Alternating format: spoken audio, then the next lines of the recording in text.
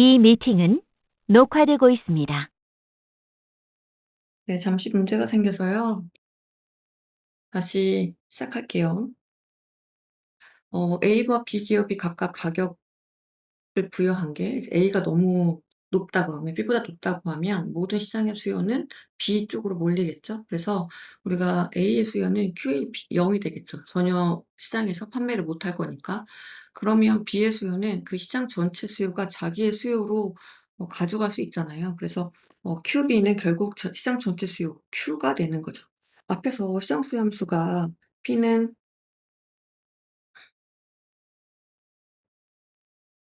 P는 1-Q라고 했잖아요. 그래서 이걸 이제 Q로 정리하면 1-P가 될 거고, 그러면 지금 보세요.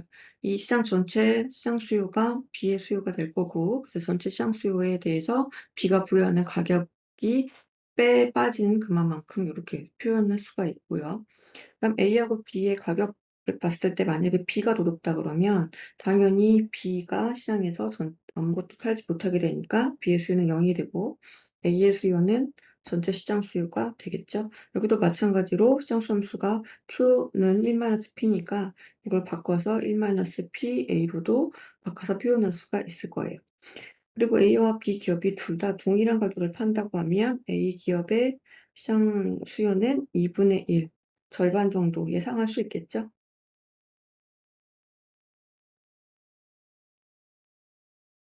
그다음에 그렇게 되면 마찬가지로 B 기업도 1 Q가 될 거고요. 그때 요 시장 수요 함수를 요렇게 P의 함수로 바꿔서 표현해 보면 1-PA 요렇게 되겠죠? 1-PB 이렇게 될 거예요. 지금 뭐 그래프로 각각 이제 각 기업의 어 A 기업의 이제 경우에서 A 기업의 시장 수요를 표현해 보면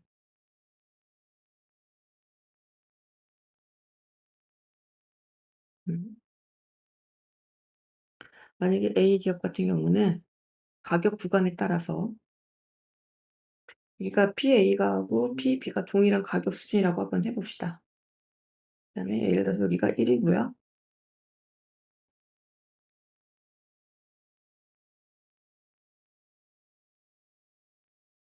이렇게 된다 그러면 예를 들어서 우리가 이제 기업처럼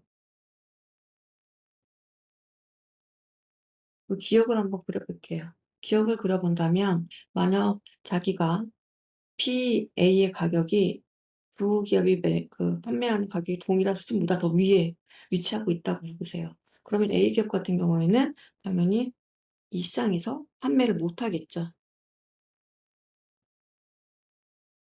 이게 시장 점수가 이렇게 되겠죠.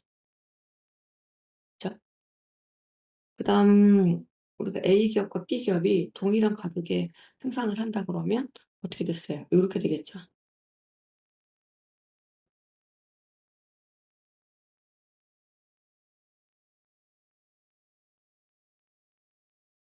뭐 이 부분은 1 Q가 되겠죠. 부분이 될 거고. 그리고 요게 이제 디귿을 나타내 준 거고요. 이게 니은이라고 합시다. 그럼 니은 같은 경우는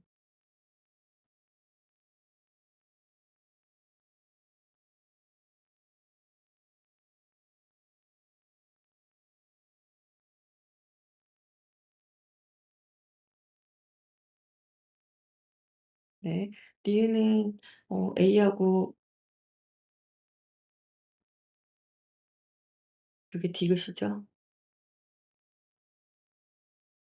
이게 이제 기역을 그린 거죠. 니은은 이제 A하고 B가 둘 다 가격이 A가 더 낮고 B가 더 높다고 하면요. 그럼 그때 시장 수요는 요렇게 되겠죠. 이런 식으로. 그래서 각각 이렇게 나타내 줄 수 있습니다. 이건 뭐 B의 경우도 동일하게 뭐 그래프가 이제 그려질 수 있어요. 그래서 실제로 A 기업의 입장에서는 B 기업이 어떻게 생산을 하는 게 그 가격을 설정하게 되는지 좀 판단해 가지고 자기 이윤 생산을 결정하게 되는데 그럼 결국에는 그 버틀런트 균형 같은 경우는요.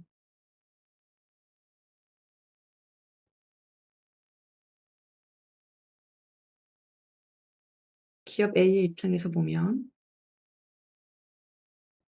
B 기업이 시장에서 생산 비용 C보다 더 크게 시장 가격을 설정한다고 했을 때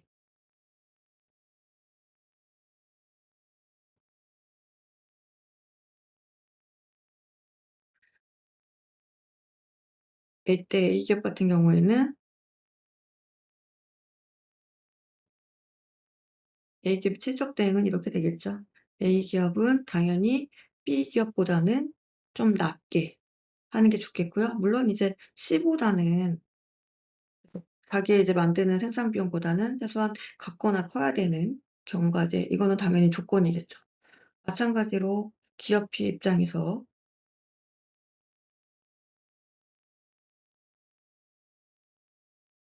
A 기업이 C보다 크게 가격을 설정했다고 했을 때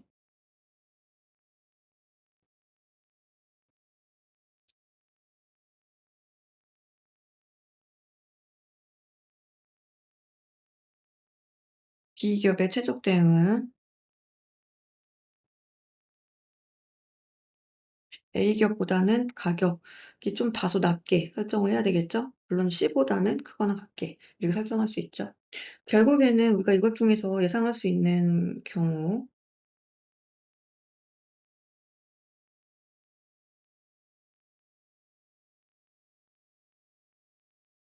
결국에 상대방 기업보다 조금씩 더 낮아야 된다는 생각을 하게 돼요. 그런데 그 얘기는 뭐예요? 더 낮아야지만 판매를 할 수 있으니깐요. 그럼 결국 그런 두 기업 다 결국 조금 더 낮게 되는 그런 선택을 하게 될 거고요. 결국에는 조금씩 낮추다 보면 어디까지 낮을 수 있어요? 우리가 비용까지밖에 못 낮추죠. 그래서 결국 내시 균형은 버틀런트 균형은 이렇게 될 거라는 거죠. A 기업과 결국 B 기업이 그렇게 가격 싸움을 하다가 결국에는 뭐라고요? C의 수준으로 균형을 이제 그 가격 설정을 할 것이다. 그래서 버틀란트 균형을 쪼금 더 이렇게 쓰면 결국 C하고 C가 되겠죠. 균형 가격을 이렇게 표시해 주는 거니까요. 이런 식으로. 우리가 이제 여기까지 버틀란트 균형에 대해서도 살펴봤고요. 버틀란트 균형은 뭐 우리가 뭐 문제를 굳이 다시 풀어 보지는 않고 그냥 사실 그 가격 경쟁을 하는 것이 결국에는 양쪽 기업의 입장에서는 별로 유리하지 않다. 결국에 경쟁을 과점 시장의 이점도 전혀 얻지 못하고 마치 경쟁 시장처럼 그죠? 한계병 수준으로만 물건의 가격을 판매해야 되니까 결국에는 완전 경쟁 시장의 경우처럼요. 이윤이 남지 않은 결과를 도출하게 됩니다. 그러다 보니까 각 기업의 경우에 이렇게 가격 경쟁을 했을 이유가 없죠. 하게 되는 게 별로 유리하지 않다는 거죠. 즉 버틀런트 균형은 사실상 그 버틀런트 역설이라고 해서 가격 경쟁을 하는 것이 양쪽 기업에 효과적이지 않고 오히려 이제 딜레마에 빠지는 결과를 초래한다라고 하는 거를 이제 보여주는 결론을 이제 보여주는 그 이론이라고 보시면 될 거예요. 여기까지 우리가 과점 시장의 요인들을 좀 정리를 해 봤고요. 앞에서 우리가 그 수업했던 내용들 중에서 좀 그 꾸르노 경쟁 모형의 그 균형을 찾는 과정 그리고 꾸르노 경쟁 모형의 균형이라고 하는 거는 각 기업의 반응 함수를 구함으로써 그리고 구해진 반응 함수를 동시에 풀므로 인해서 우리가 "꾸르노 경쟁 모형에서의 균형이 도출된다."라고 하는 거를 여러분 조금 기억해 두시고 그 부분에 대한 문제를 직접 이제 예시를 좀 내서 풀어 보시는 게 좋을 것 같아요. 우리 앞에서 자료를 조금 보면 그냥 수요 함수라고 하는 거를 아까 숫자를 부여하지 않고 네. 수함수를 그냥 A-Q 그리고 비용함수를 C로 예시를 풀어 봤잖아요. 여러분 여기다가 뭐 숫자를 부여해서 뭐 A를 10 이라든지 C를 뭐 4 라든지 이렇게 넣어서 한번 풀어 보시면 될 것 같습니다. 여기까지 마무리하겠습니다.